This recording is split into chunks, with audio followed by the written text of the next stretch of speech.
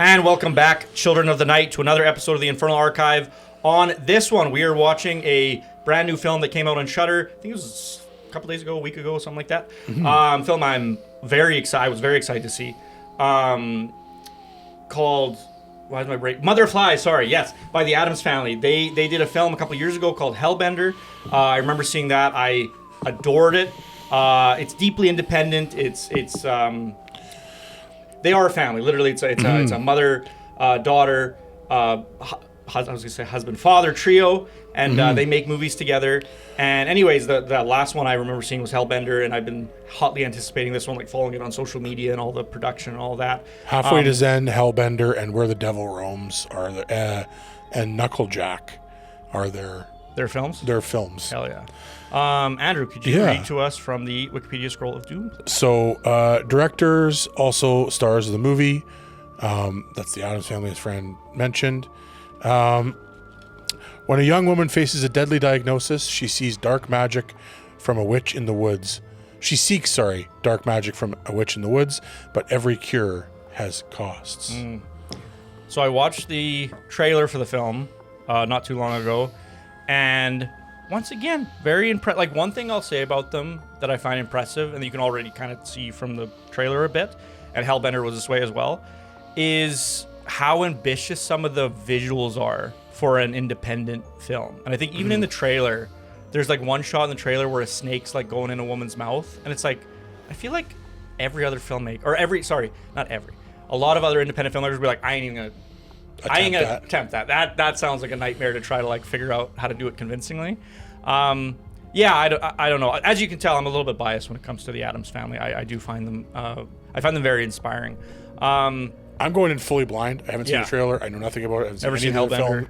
None of their other films. Yeah. I know what the scroll has told me, essentially. Yeah. So we should maybe I should maybe put Hellbender on the list to watch later, because I've only seen Hellbender once, but I would love to see it again. Yeah. I'm curious. This one will largely dictate how excited I am or not to see that one. The next one, yeah, okay. That sounds good. But yeah, let's watch this thing. Yeah, we're gonna go check it out it's on Shudder on Prime. So if you want to watch it at home, if you just go on, if you have Amazon Prime, go on Amazon Prime, subscribe to Shudder, and then you can watch it as well. And we will give you our thoughts when we're back. Do you know what the most frightening thing in the world is? It's fear. And welcome back, Children of the Night. We just finished watching Mother of Flies. My brain keeps putting Hellbender in there, and I'm like, not the right movie. We just finished watching Mother of Flies. Andrew, what did you think? Overall, I really enjoyed it. I think the most impressive thing to me about it were the visuals and what they were able to achieve with like that locked off camera style. Like, there wasn't a lot of camera movement, but it was very engaging still visually. And again, for an independent production, it didn't feel like an independent production as far as any of the visuals were concerned.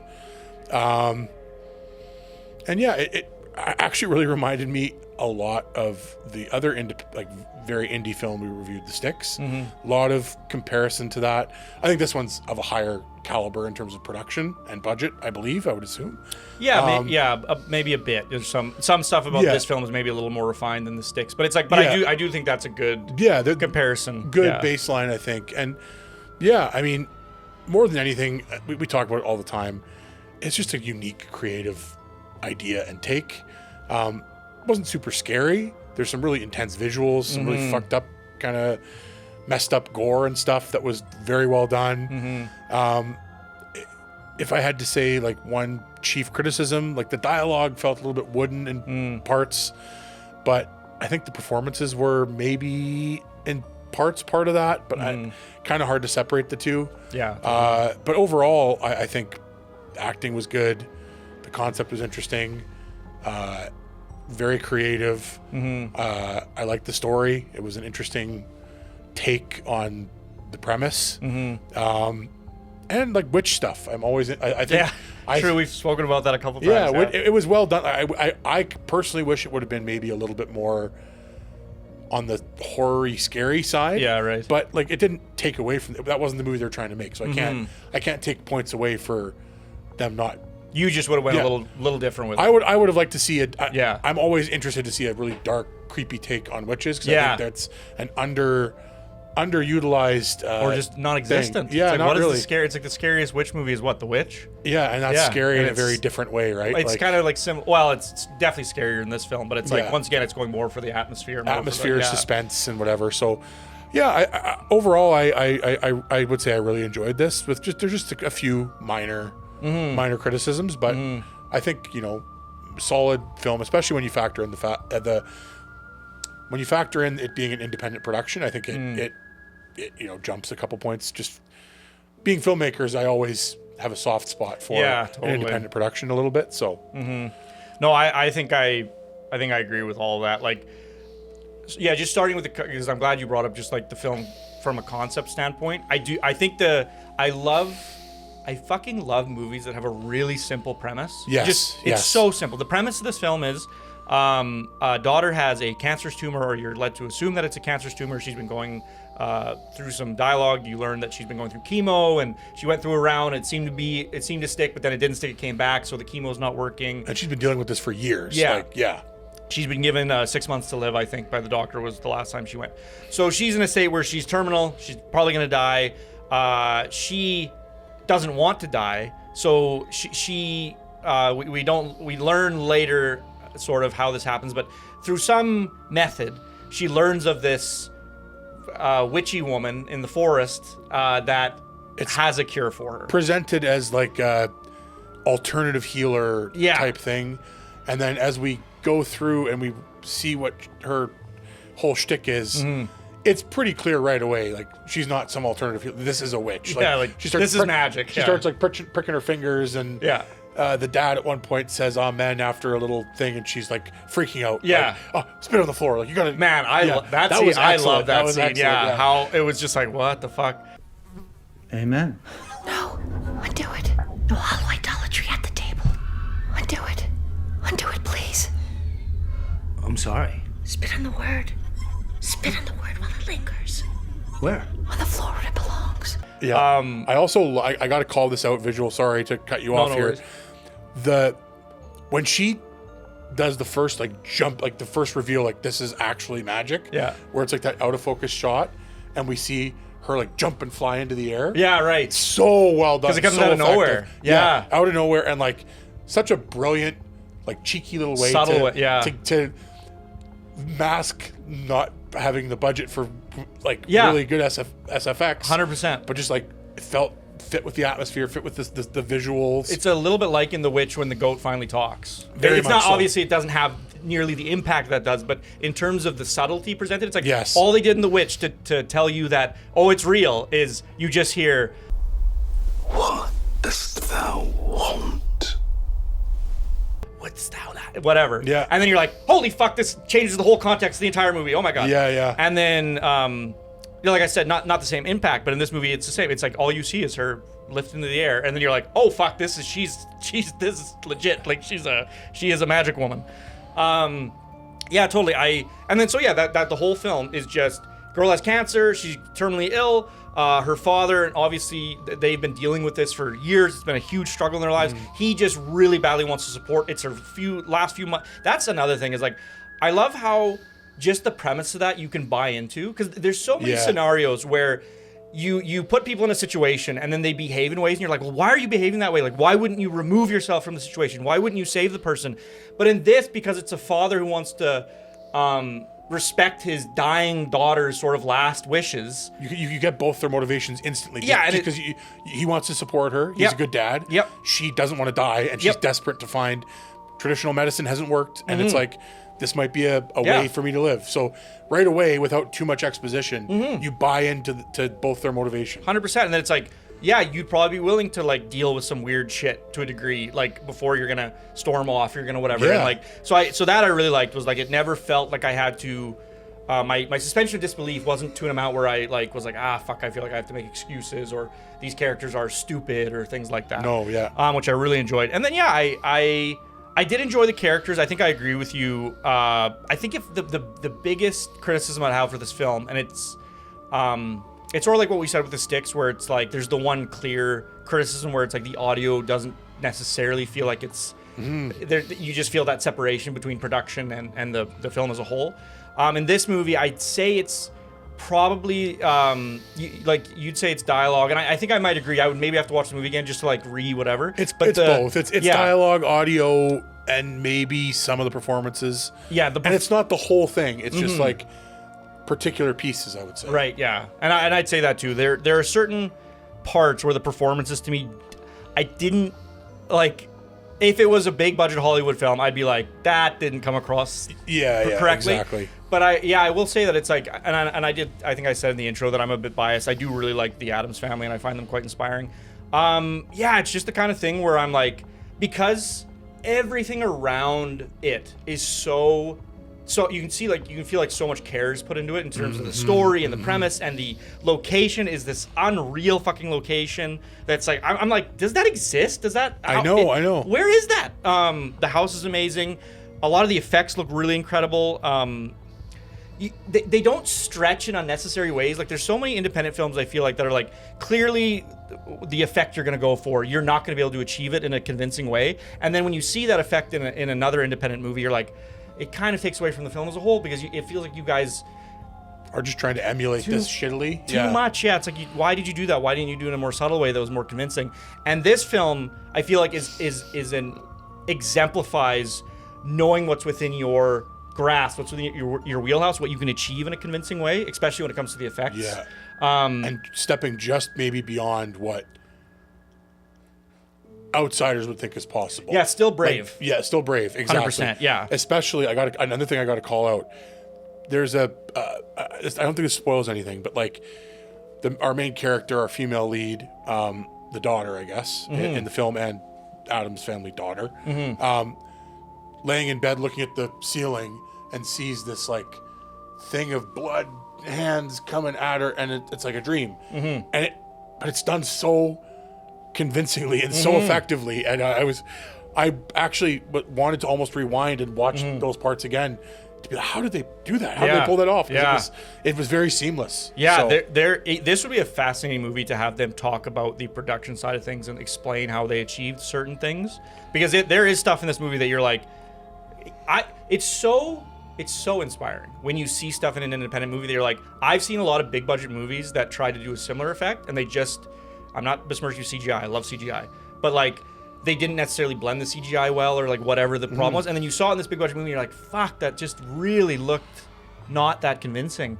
And the fact that this movie was able to do, like, some of the effects or some of the sequences are pretty complicated. Oh yeah. And it still came across and was like, that was really convincing and really great or whatever. And smooth. I'm impressed. And there's maybe a couple shots, but almost everything is locked off on a tripod. Yep. And the fact that the film felt as dynamic as it did, with just that limitation alone, was impressive. That's the thing, is like, until you said it, I hadn't even thought of that. But then when I was thinking about it, I'm like, yeah, I think you're right. Like, I can't think of any scenes where the camera, like, there's scenes when they're like walking in a forest and the camera's kind of following them, but it's like, it's nothing. It's very limited. Crazy, yeah. It's like very whatever. And the only the most dynamic shots I'd say are drone shots, like establishing shots. And yeah, you're right. Like, it never. They did the smart thing of, I think the film is just over 90 minutes, so it like hits this really, it's a brisk runtime, like it doesn't drag. I recently saw Iron Lung. You haven't seen Iron Lung yet, but I went and saw Iron Lung, and I'll say this, I enjoyed that film, but one part where I think it's kind of undeniable is you do start to feel the runtime in Iron Lung a little bit. And it's like another independent film. I think it was made for quite a bit more than this movie was, but it's an independent film. Markiplier, it's largely a one-man show, and he had help or whatever, but independent. And it's like I do respect the instinct to not like overstretch. Like, why if we can do this in 2 hours and it feels like pretty effective, why don't we see if we can do it in 90 minutes and see if it's even more effective? And it's like, then people are gonna have more buy-in. They're gonna be able to sit. They might have a better time. And I love long movies. Don't get me wrong. My favorite movies I think most of my favorite movies are very, very long fucking movies. But they earn it. Yeah, that's exactly the thing. Like, it's not about being long for the sake of being long. Exactly. Totally. And I think that some filmmakers fall into that trap, or can't take a look at what they've created and feel okay with cutting excise stuff. Yeah, totally. Because I think it's almost always better to be as concise as possible. And sometimes you can't be concise because the story warrants more, and sometimes maybe you should be. Yeah, exactly. Yeah, it's just it's a skill, right? Like anything else, it's like knowing when to. What do they call it? Like the saying is not killing your children, killing your darlings. Like what's the saying? Something like that. You know what I'm talking about? Yeah. I'm gonna on this show we're gonna call it killing your children. Sometimes you gotta know when to kill your children, right? That's a skill. It fits with the theme, the of theme the film. of the satanic and our hell shit. Yeah. But yeah, I'm trying to think of other stuff I really want to shout out. I just think it's like it's an amazing example of what you can achieve independently. I think it's very inspiring if you enjoy horror. That's the thing, like you said, and I agree with it. This is not a scary film, but it is a film that has there's some messed up imagery. Yeah, like really messed up imagery. That's the thing. I feel like you definitely wouldn't be able to, like somebody who doesn't like horror at all, you definitely wouldn't put it on for them because they would be like, what the fuck are you showing me? I don't like seeing this shit. So, but it's not reliant on jump scares. It's not trying to make you scream. It's very atmosphere, but also not tension per se, but just like there's one actually. Yeah. I'm trying to think of the scariest parts of the movie, and there's one scene where I'm like, why was that scary? Because I remember being like, I am very uncomfortable right now, and it's the daughter sleeping, and then the dad wants to talk to her, but at first he's standing in the hallway in the shadows, and you sort of just see the shine of his eyes, and he's like smiling. Because it's like, and I guess like if you think about it, it's like, oh, maybe he's just watching his daughter sleep, like whatever, before he wakes her up. But it's like, I remember seeing that, I'm like, this is really unnerving. And then quickly it's like, oh no, the dad's come to talk to her or whatever. But it's stuff like that. It's like little unnerving moments, whatever. Like you said, you see somebody fly into the sky and you're like, oh, that was odd. Yeah. Also uncomfortable body horror stuff. The soundtrack was awesome. Yes, I agree. Totally. They went with the soundtrack over a score, and I think it was the right choice for this film. Whatever art, I actually want to go back and like take a listen, like add those songs to my playlist because I think I think the band is called Hellbender, and I think it is the daughter who's singing. So I think it's music that makes sense. They produced. Yeah. I think so. But it's Hellbender, but all the E's are sixes. I think, from what I can remember but yeah, I agree. The songs were, I think there's like 3 songs in the movie total. Yeah. I thought it sounded like the daughter, so I assumed that she would. Yeah. But it was great. It fit the film super well, and added atmosphere without being too obtrusive. Because like what was the movie I saw? Actually, I won't talk shit about another movie. But I did see there's another horror movie I saw kind of recently where some of the music choices I was like, this feels too pop. Like we're interjecting too much pop music in here, and so I don't know if this is additive or whatever. But this one, it's nice when it's independent music because your brain doesn't go to other places. You're not thinking about like, oh, now I'm. You're thinking about it fully in the context of this film rather than why is Hip to Be Square playing in my whatever. 100%. Like Suicide Squad, such a good example. Bad example. Or sorry, what was the good one? The Suicide Squad is the James Gunn one. Great.